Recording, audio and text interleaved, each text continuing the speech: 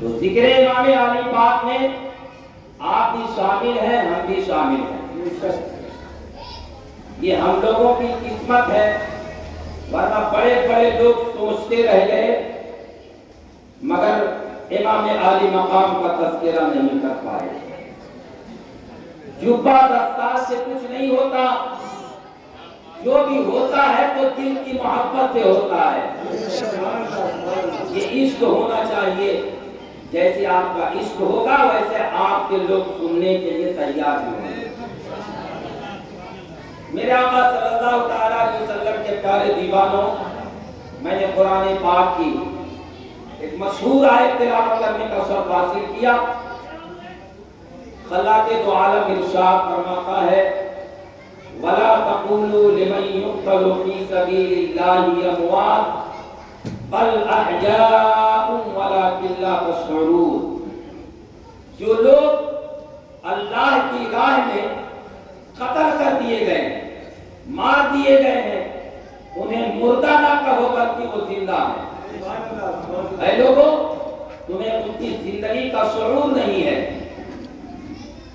اللہ نے دوسری جگہ قرآن پاک میں ارشاد فرمایا وَلَا تَحْسَبَنَّ الَّذِينَ قُتِلُوا فِي سَبِيلِ اللَّهِ أَمْوَاتًا بَلْ أَحْيَاءٌ عِندَ رَبِّهِمْ يُرْزَقُونَ۔ جو لوگ اللہ کی راہ میں قتل کر دیے گئے ہیں، مار دیے گئے ہیں، انہیں مردہ گمان بھی نہ سوچو، کیونکہ ان کو اللہ رب العزت کی بارگاہ سے رزق ملتا ہے۔ حضرات، یہ تو قرآن پاک کا ترجمہ ہو گیا، مگر میں آپ کو بتاؤں کہ حضرت صالح علیہ السلام کی وہ اونٹنی تھی اور حضرت کچھ اللہ کے ولی تھے جو اصحاب کہف کے نام سے مشہور ہیں۔ اصحاب کہف کے ساتھ میں کتا تھا، وہ کتا اسی کنارے پر بیٹھا رہتا تھا اور وہ کتا اتنا وفادار تھا، ان کے صحبت نے اس کتے کو جنت بنا دیا، جنت کا حقدار بنا دیا۔ سبحان اللہ، سبحان اللہ۔